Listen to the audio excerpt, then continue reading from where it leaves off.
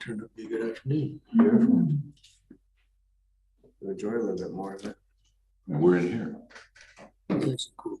It is nice and cool. All right, we've hit 4 o'clock. I'd like to invite or welcome everybody to the June 14th Planning Committee meeting. I want to acknowledge we're holding the meeting on the traditional territory of the Tla'amin Nation. We've got an agenda in front of us. Do I see a motion to adopt the agenda? Director Brabazon, thank you very much. Seconded by Director McCormick. Any discussion? Seeing none, all in favor? Any opposed? None opposed. Motion carries.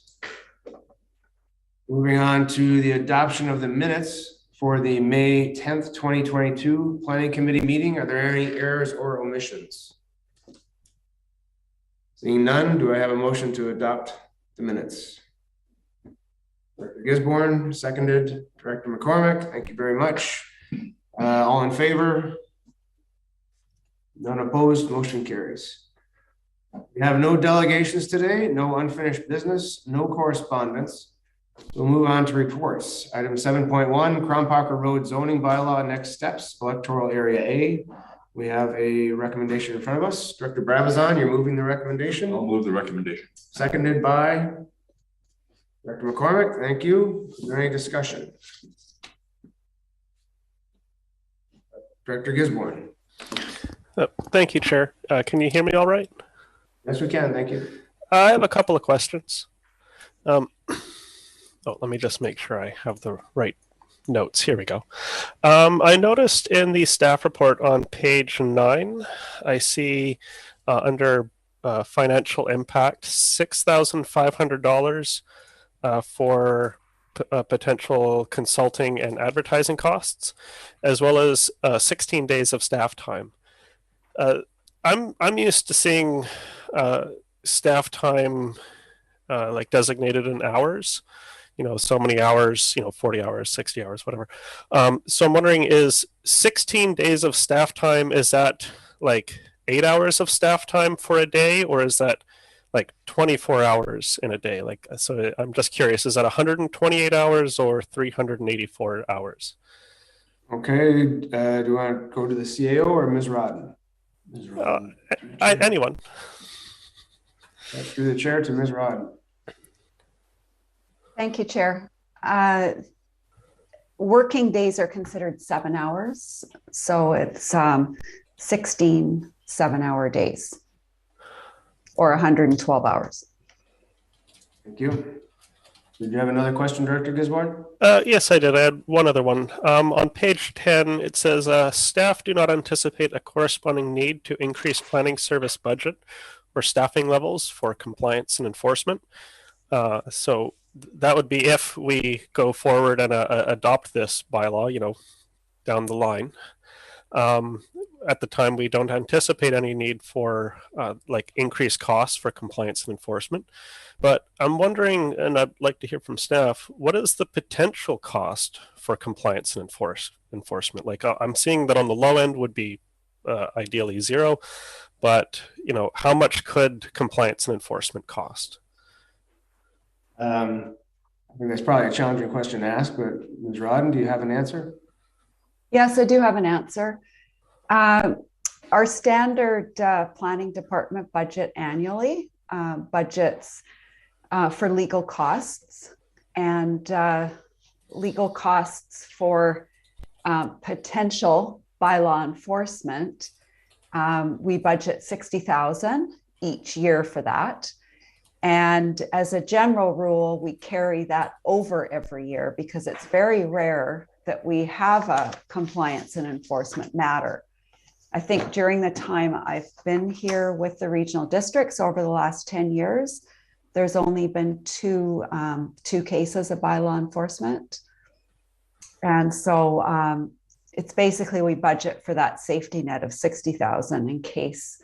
And that would just cover the costs of a demand letter to be prepared by the law firm and potentially filing with the courts and preparing the package for that.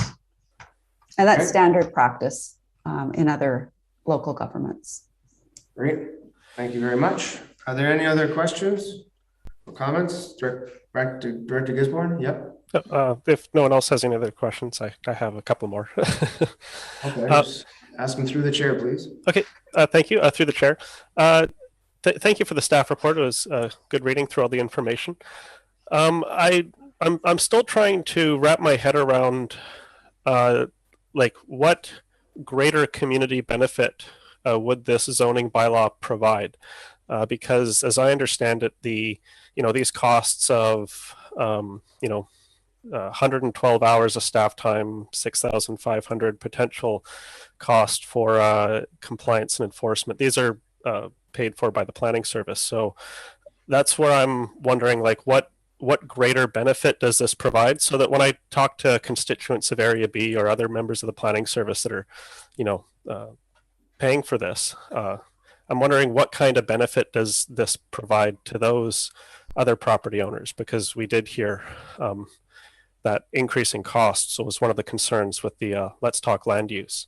So I'm just curious, what is the greater community benefit? Thank you. I would like to mention that not every individual in every area that subscribes to a service takes advantage of said service. So I don't think that I don't think that everybody in every service has to benefit from everything that comes down. If a member of staff has any other comments to that. Ms. Rodden? Yes, I could respond to that question. I think that that the Cathet Regional District delivers a planning service that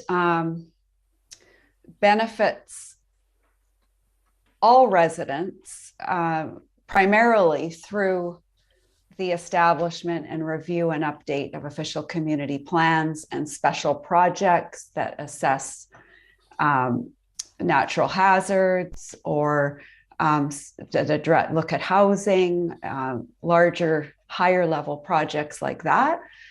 The zoning is really a service that's delivered in response to community demand. And that demand is rotated around the 4 electoral areas over the last few decades since the regional district was formed. And in the staff report on page 8, the second paragraph from the bottom provides a summary of the number of, or the approximate amount of residents that benefit from zoning or are affected by zoning in each electoral area. And so it's currently sits at 9% in electoral area A, 25% in electoral area B, and 6% in electoral area C.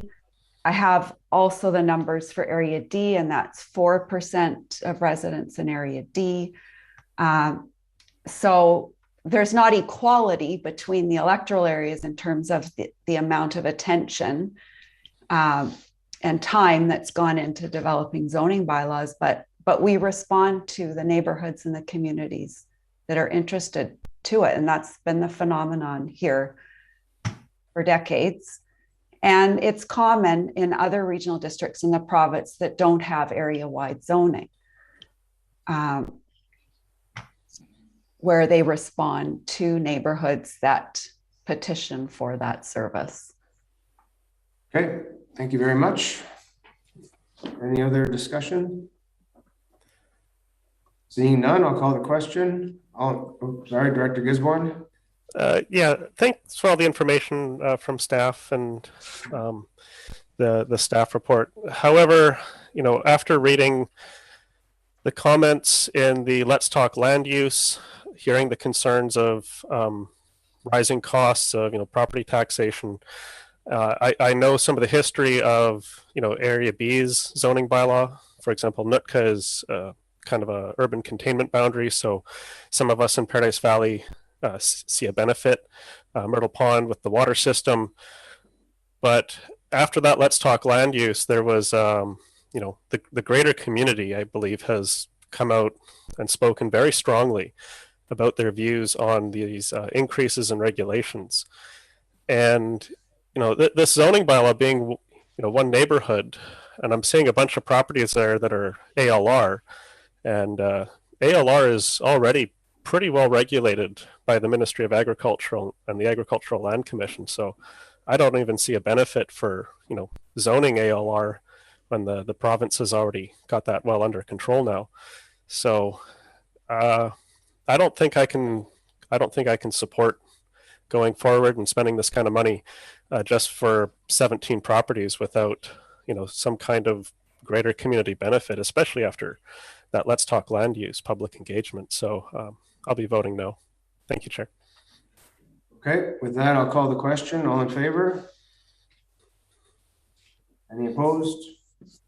Director Gisborne opposed. Motion carries. Item 7.2, secondary suite policy review, electoral areas A, B, C, and D. And again, we have a recommendation. We have a mover. Dr. McCormick, thank you. Seconded, Director Bravazan. Any discussion? Dr. Gisborne. Yeah, I'd just like to thank our planning staff. Accessory dwelling units and secondary suites is a big topic in the community, especially around affordable housing, and trying to find some lower cost, lower footprint alternatives to getting people housed, multifamily housing.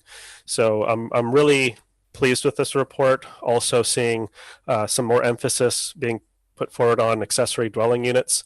Also really good to learn about the some of the contradictory statements within our OCPs, and that'll be good to try and get kind of smoothed out. And when I'm reading, BC Building Code and some of the provincial government's documents, they're referring to secondary suites as though, they're part of the main dwelling structure. Once you get like kind of that carriage home, that detached structure, they kind of refer to that as just like an ADU or something a little different.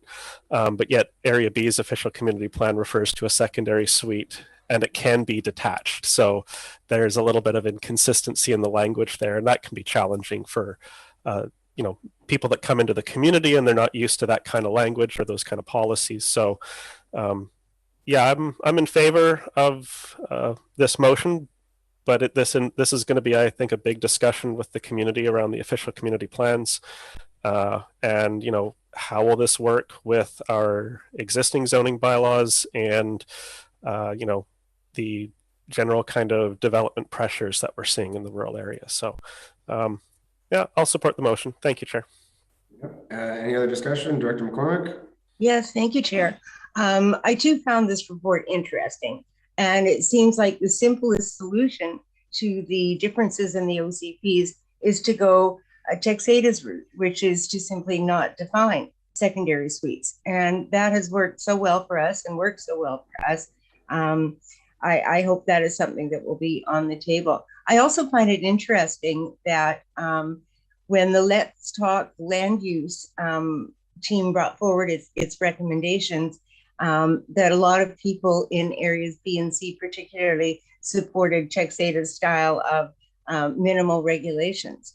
And I find it interesting that Texada sort of is leading the pack sometimes in planning issues, since other people seem to copy what we do. That aside, I'm totally supportive of secondary suites being incorporated into everything. We'll get to the point of infill housing sometime down the road. We have to address the issue of housing needs, and this is a great start. So thank you. Anybody else? I'm going to make a comment. I'm just going to say I really appreciate the report as well, and I look forward to the draft amending bylaws coming. I think a lot of people will be very anxious to read about the changes. And Director Gisborne, one more comment? Yeah, this one is a bit more of a question. Maybe staff or maybe the chair can answer. I like the approach with this motion to ensure a consistent policy approach across the region.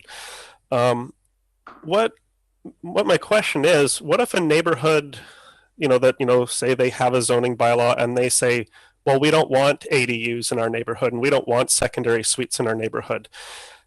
Are we able to say, make an exception for that neighborhood and say, well, okay, you guys aren't going to have ADUs or secondary suites in your neighborhood, but we will allow it, say, for the rest of the OCP? Would that be something that is possible for, giving one neighborhood its own exemption to restrict those secondary suites or ADUs? Or is this like do we want to just go a consistent model? Ms. Rodden, I imagine you have an answer for that one. Yeah, I can answer that. So the first step is amending the official community plans so that there's a consistent approach to secondary suites and accessory dwelling units across the region that aligns with the housing report recommendations. Second to that, and coming after the OCP amendments, would be a review of the zoning bylaws. However, I'm not sure if Director Gisborne understands. Okay, so the zoning has to be consistent with the OCP, but the zoning can be more restrictive than an OCP. So there may be some cases. I'll give the example of the Myrtle Pond zoning boundary area, which does not support accessory dwelling units. It restricts density to one dwelling per lot. And when that bylaw is reviewed, I cannot see that changing because we just had the regional district just had the water capacity study done, and there's not capacity to allow every single lot in that zoning area to all of a sudden have a second dwelling. So we'd need to look at the intent of the zoning. And if the intent of the zoning is to protect the source of the water, then limiting density is going to be important. But that might not be the same for all zoning areas. But we would look at those following the OCP amendments. Great, thank you very much. See no other questions, I'll call the vote. All in favor? None opposed, motion carries. There's no new business. Question period, I don't know if Mr. Galinsky's with us. No. Nope, okay. And there's no in-camera session, so we've reached the end of our agenda, and I would like to call the meeting adjourned. Thanks very much for joining us. Thank you very much. Have a good night. Night all. Right. Bye, everyone.